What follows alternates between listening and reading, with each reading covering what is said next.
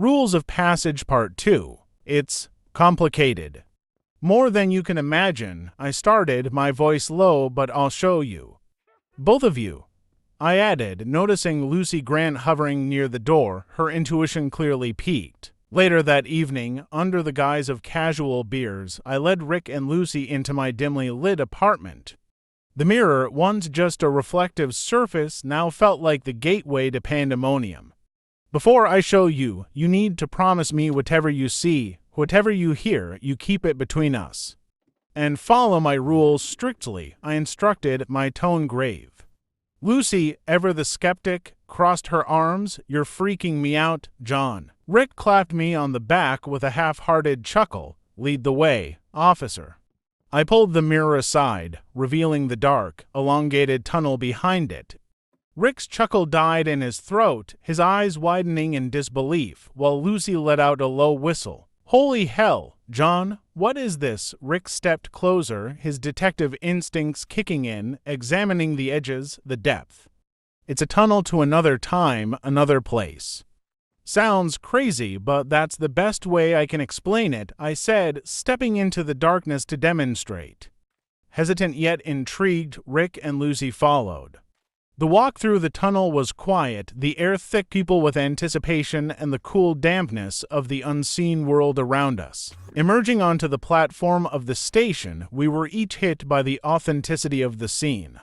The smell of coal and old wood, the sound of distant trains, the murmur of spectral passengers in period attire, all of it was overwhelming. This is unbelievable, Lucy murmured, her previous skepticism vanished, replaced by awe and a hint of fear. It's like we've stepped into the past. I reiterated the rules, no eye contact, no speaking to the passengers, take only what is dropped, and most importantly, never board the train or go beyond the last platform. When it's time to go, jump in front of a train, why all the rules? Rick asked, scanning the bustling ghosts of the past. They're not just for show. I don't know what happens if you break them, but I promise you it's nothing good, I emphasized, watching a porter pass by with a cart of luggage. We moved cautiously along the platform, the spectral figures brushing past us, each locked in their own silent world. The temptation to interact was palpable, but my stern reminder of the rules echoed in our minds. As we turned to leave, a glint of silver caught my eye, an old coin lying just beside the tracks.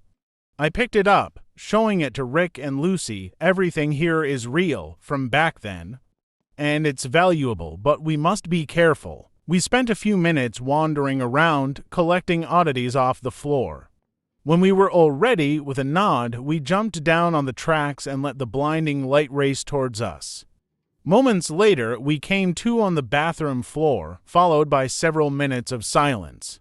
What now? Lucy asked, the reality of our discovery settling in. Now, we decide what to do next, I said, knowing well that the temptation of the station, its dangers cloaked in allure, would test us all. Weeks passed as Rick, Lucy, and I regularly visited the station, our pockets growing heavier with each visit. The temptation of wealth overshadowed the dangers, the rules becoming more of a guideline than a lifeline.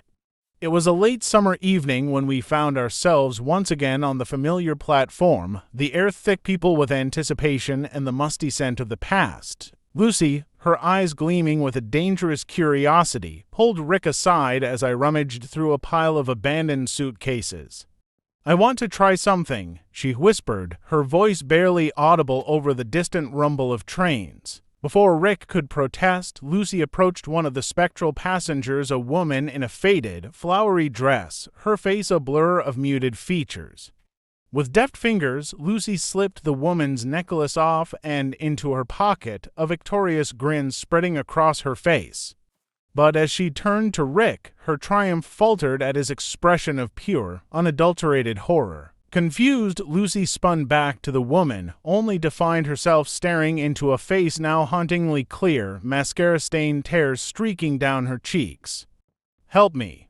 The woman pleaded, her voice a chilling whisper. I'm sorry, Lucy stammered, her words swallowed by the sudden, deafening silence that descended upon the station, realizing. The unfolding catastrophe could only watch as every spectral figure turned towards Lucy, their faces contorted in a collective rage. "I'm sorry, I didn't mean to," Lucy whimpered, her voice small and broken as the ghostly crowd advanced, their hands outstretched, grasping, tearing. In the distance, the conductor's eyes blazed with a fury that burned through the very fabric of reality. Lucy's screams echoed through the station as the vengeful specters descended upon her, their incorporeal forms suddenly all too solid, all too violent. Rick, his mind reeling, stumbled back towards the tracks, his voice cracking as he yelled to me, "We need to leave, now." Transfixed by the spot where Lucy had stood just moments before, barely registered Rick's words. As we turned to flee, the conductor materialized before us, his presence a suffocating force, his anger palpable. He pointed at me, then at Rick, his eyes promising retribution as he strode towards us with purposeful steps. "Jump now!" In front of the train, I screamed, my voice raw with desperation. But Rick, consumed by panic, made a fateful decision. As the spectral train glided into the station, its form a shimmering aberration, Rick leapt through its closing doors, my anguished cries fading behind him. Reaching the platform's edge, I could only watch as the train carried Rick away, his face a mask of sheer terror pressed against the window. The conductor, his scowl deepening, watched the train disappear into the abyss, his vengeance unsated. With a pounding heart and ragged breaths, I steeled myself for the inevitable as the next train approached. I closed my eyes, whispered apologies to my fallen friends, and jumped. My hands shook as I stared at the blank wall where the hole once was, the ghost of the portal that had swallowed my friends, now just a patch of mismatched paint in my dimly lit bathroom. The reality of Rick's terrified face pressed against the train window haunted me. The echo of Lucy's screams merged with the constant, oppressive silence of my apartment. In a frantic haze, I grabbed a hammer and began to tear into the drywall, each strike a mix of hope and desperation.